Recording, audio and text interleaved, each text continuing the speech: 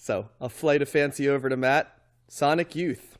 Sonic Youth, Sister. All right. So the more I listen to Sonic Youth, the more I realize I'm starting to hate this band. You gonna run the numbers? Yeah, I was going to come out hot. Thank you, Josh. Sonic Youth comes in at their album Sister comes in at number 79 in the 1980s on Best Ever Albums, number 9 in 1987, number 524 of all time. It's Sonic Youth's third highest rated album on Best Ever Albums, so it's one ahead of EVOL. But it's behind Goo from 1990 and Daydream Nation from 1988. I believe we are covering both of those records in future episodes. And Sonic Youth ranks number 50. And Dirty. And Sonic Youth ranks number 55 of overall artist rankings. So I'm hoping that Goo, Dirty, or Daydream Nation will be better than Sister or EVOL for me, because I struggle with this band. And this album didn't really make it any easier for me. I just can't get over how atonal and droney and confrontational this band is. I think that there's some moments here and there where they slide into something that's like a groove or a guitar part or something. I'm like, oh, okay.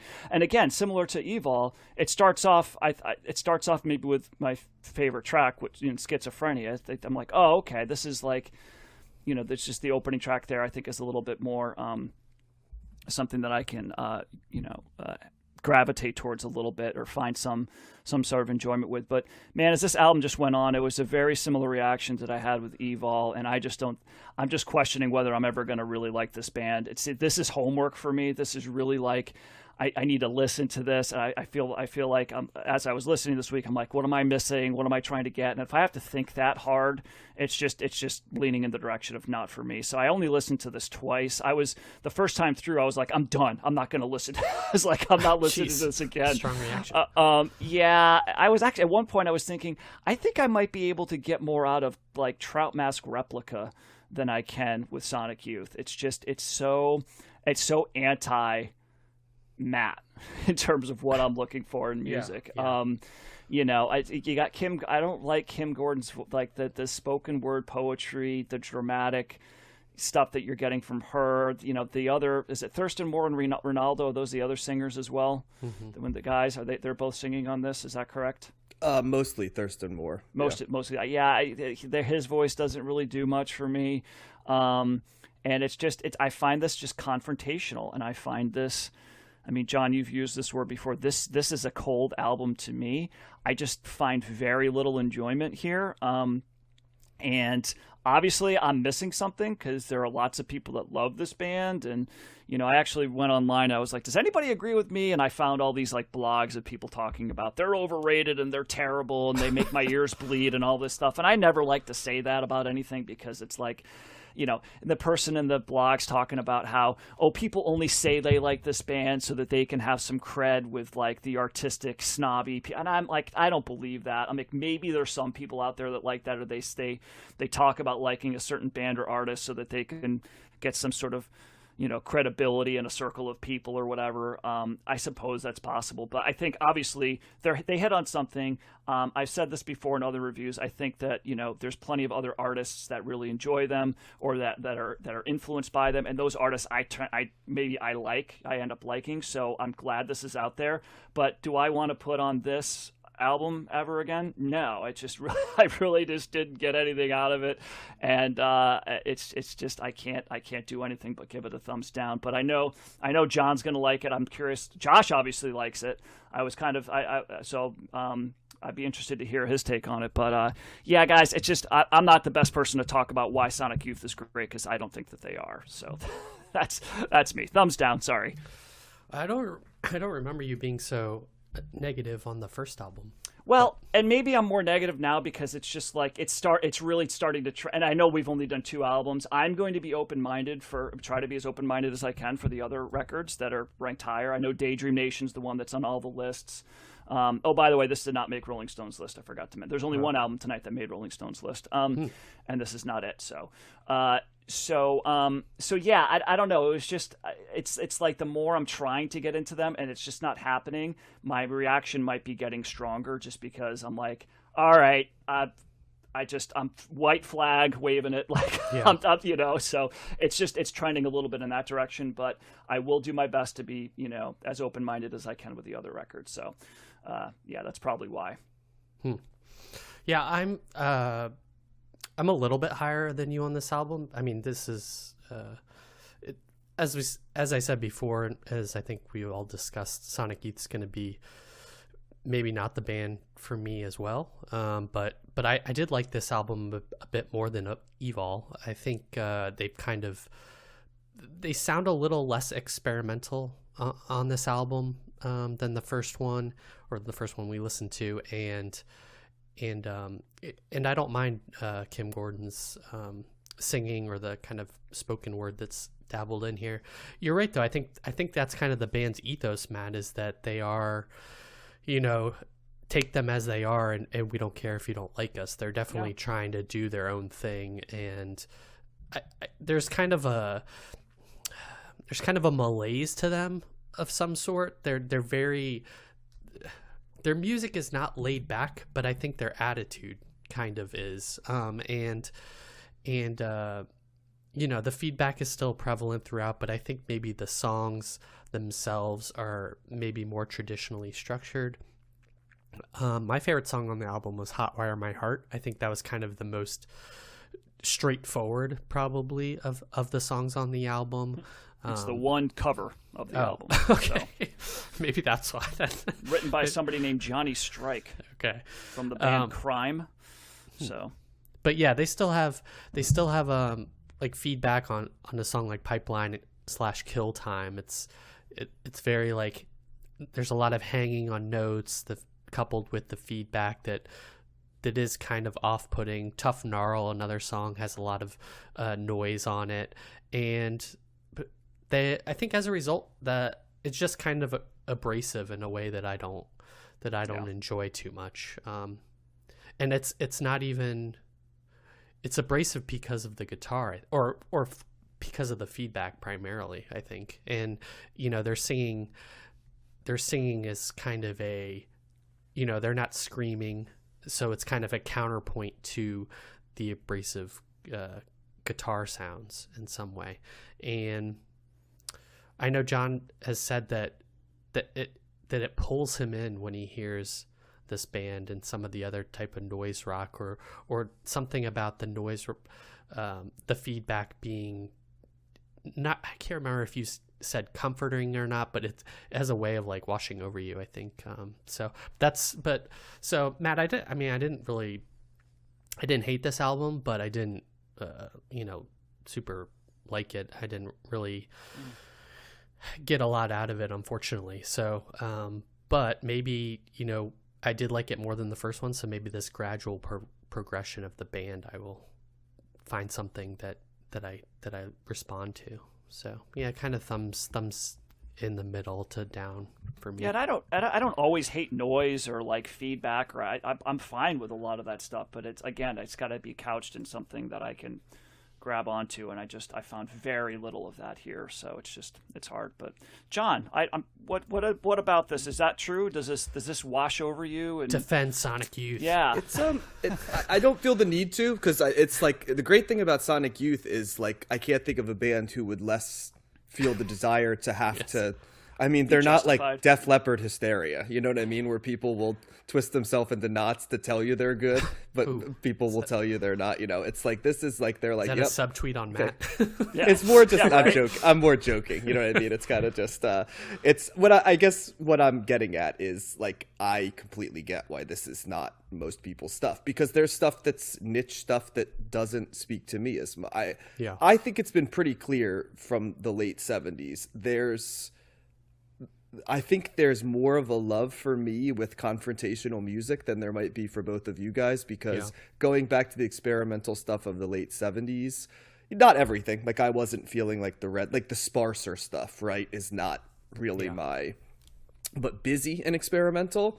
Yeah, things like the Pop Group and, Throbbing Gristle and Suicide. I mean, all of those things were very interesting to me. And, when we get into Jesus and Mary Chain and stuff, I think I was kind of always maybe feeling that stuff a little bit more than you guys were. And I think, first of all, I guess I I describe this as headphones music. Like, I put on headphones, and you know how, Matt, you talk about not needing lyrics because you listen to melodies and yeah, that's kind of what this type of music is for me, but probably coming from a different vantage point. It's just the chaos and the sound, and it's really, at times it's frantic, but then it's almost like you hear quiet in the storm. I love that they pound you with sound, but then they kind of go in a different direction. The down tuning is always very interesting to me because it's such a different way to hear a guitar.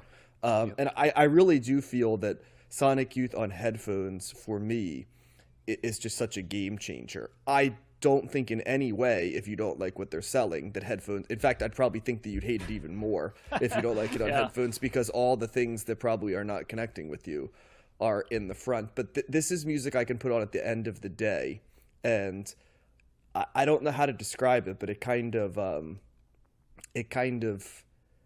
brings order to me to some degree. Like, I don't know if it balances it out a little bit. It's just, it's always, this type of noise rock has always spoken to me.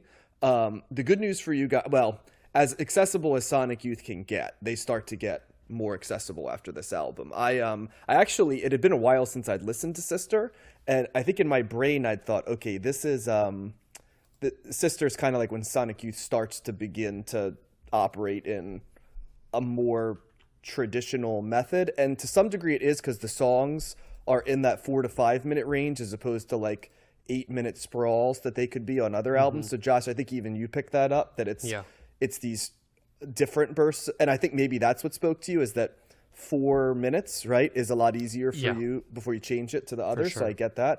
I mean, they're never going to totally operate in traditional, pop core. They just don't do choruses and melody. That is not their brand. So it's not that I think you need that, Matt, but like, I know that's sort of like your magic elixir, and you just something, even when just they a go, little even bit. when they go more traditional, which they will, to some degree, it's never going to be exactly like that. And if you like Sonic Youth, you like it because it doesn't do that. Right. But, that's the only way I could describe it.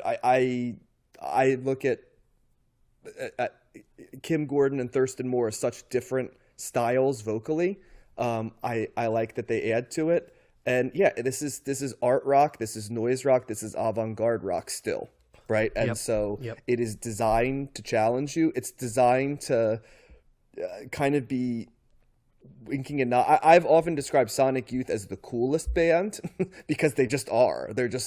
They're universally, if you put them in a room, right, they're gonna be the coolest band in the room because they're a little bit lived in, right? And that's, they almost intimidated other bands to some degree, right? Because they're just, everybody else is trying, right? It didn't ever look like Sonic Youth was trying all that hard. There's a clear line between them and Velvet Underground. Oh, for similarities between them. Sure. Yeah, I mean, you're absolutely right. Yeah, and even like probably more like White Light, White Heat at this stage, Velvet Underground. Now, what you'll start to see, I think, is you'll see a little bit more Lou Reed. Some of the stuff that was on the Velvet Underground with Nico and stuff. But like a lot of these bands, they also have a little bit of a 50s, 60s influence. I sent you guys a thing of them covering the Carpenters a couple weeks ago, which I always thought, they did that cover of Superstar, and then they do a song called A Song for Karen Tunick on another album and stuff. So it's funny because you can't think of a sound that's less like this, right, than the Carpenters. But they also famously love hip hop, and still to this day do. Kim Gordon, like, I just saw a thing with her where they sent her to an album, like a record store, to pick up albums, and she's picking up like modern hip hop albums, which cracked me up, on different stuff. So she's still flying it. But yeah, Matt, I'm not going to come down hard. I'm not going to sit and bang a drum and say, how come you can't like this? Because I don't get, and they're designed to be an indie rock band. It's just, you kind of have to take them for what they are. Yep. And I think for me, it's the beauty with the chaos, that mix, right? There's these real beautiful moments in what they're doing for me, but it's couched in harsh feedback, down tuning. Steve Shelley's drumming is always very interesting to me because sometimes he plays really masterful, almost traditional drums, and sometimes he almost plays like a jazz fusion drummer around what's going on. And I think this is very similar to that avant-garde jazz we were listening to, right, in the 60s as well. Mm-hmm. There's similarities with that type of sound and this. Yeah. So Yeah, definitely. yeah, I don't know if this one in EVOL, I'd say I like about the same. I like both of them. I mean, I know what's coming, and I don't know if you guys will ever and I don't think Matt may ever like them, right? I think there's a lane where Josh might go, okay, I do that. But like you'll certainly notice that they start to congeal a little bit more in future albums. I mean, they don't go major label until the next Daydream Nation is not. They actually leave after that. So it's not till Goo that they go major label. And you'll notice a little difference there. But yeah, this one's a thumbs up for me. But like the sound. Once again, though, like you'll know if you like Sonic Youth within a couple songs, right? And they're I find it hard to believe that anybody could be so committed to trying to be a scenester that they would pretend to like Sonic. I mean, I don't really see a lot of upside to that for someone. I think it's more just like I don't kind of I've heard that argument before. Yeah. I don't really get it. I think it's more like it's like there's overly intellectual rock critics who I make fun of too, but I think there's also like people that don't want to work at albums. They just want to like them immediately. Right. And like, yeah, I mean, I think that's the corollary, right? Yeah. Or just if you have like this vehement reaction against something and you're just like, this is terrible. The ones, and then they are the cool band. You're right. Like the attitude and the I don't care, do it our own thing. I mean, there is a cool band.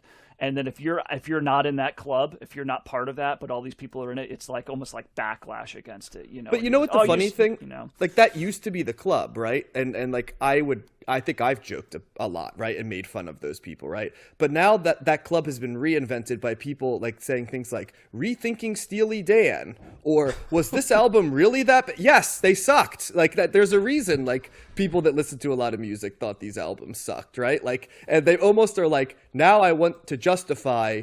Like, not only do I want to like the thing that's not as good as like artistic people say, but also like I don't want that to even be a lane that exists, and I'm here to not co-sign that either, right? Like reinventing stuff as high art that was not high art, you know what I mean? And to some degree, art has to be challenging.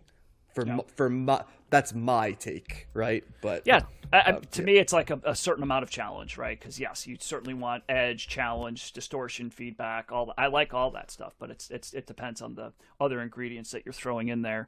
And John, you kept mentioning like down tuning, and I think we might have talked about that before, but with Black Sabbath. I think. Is that what it was? But it sounds like almost like the guitars are purposefully out of tune. Right, it's not even like you're changing the tuning traditional to be tuning. A lower chord, but it's like, but they don't. But in a music, quote unquote, like a music theory kind of like these are notes that chords that blend together. It's almost like they are purposefully, creating notes and chords that clash against each other. Well, the concept of being on tune, right, is defined by how people say being on tune sounds, right? So theoretically, right, if somebody said the way Sonic Youth plays their guitars is on tune and somebody else did anything else, right, they'd be out of tune, right? Mm-hmm. So to some degree, the idea of being in tune is subjective, right? Well, I think there's an objective kind of like, oh, it's flat, like in this, to make the things blend, it's kind of like, oh, that's too flat, that's too sharp. Right, but what I'm saying is by definition of how people described what being in tune is. That's like what all of this stuff that challenges, whether it be krautrock or the found music trout mask replica, right, or noise rock, all of that stuff is just challenging the paradigm of what traditional tuning and melody is, right? Yeah. So like if you reject, like I'm not saying I reject it, right? Like I buy into the idea of this is traditional tuning and I don't need to reinvent what being in tune is, right? Like I could say, okay, this is stuff that goes out of it or purposely changes the tune. But if you go the artistic route, you go, it's like who subjectively says what's in tune, right? Okay, like, right. It's that, you get what I mean? That's kind of the idea behind art rock. Even though there is the standard textbook way of looking at things, you can still challenge that because it can be looked at as subjective. It's like jazz, right? With the people that said this is how jazz is played. Oh, wait a second, no, we're going to redefine how jazz is played. That's true. Because what is jazz? Jazz can. That's kind of like the Miles Davis thing, right? That he did. It's like you could say it's this, but it actually is this. That's the idea. So. That makes sense. I'm not disagreeing with you, but I'm saying that's kind of the idea. It's a different way to play notes. Yeah. Yep. So. Well, I'll give him a shot. I would like to walk out of here. It's almost like Stevie Wonder. I liked one Stevie Wonder album. I would like to like one, Sonic Youth album. Well, I got good news for you, Matt. The next album's double album. So shit, really? Mm-hmm. And you have to listen to it. So. Daydream Nation. Daydream Nation's. What's up with? Oh my God, these double albums. I didn't know that. Okay, that's the good one too, right? And so was Songs in the Key of Life. That's the one that I liked from Stevie Wonder. So, all right. There you go. And maybe we can talk about their kind of cultural impact in pop culture. When we cover Daydream Nation. Yeah, that'll be a bio episode, right? It's remarkably similar to the Velvet Underground, in case you're wondering. So, yeah. Mm-hmm.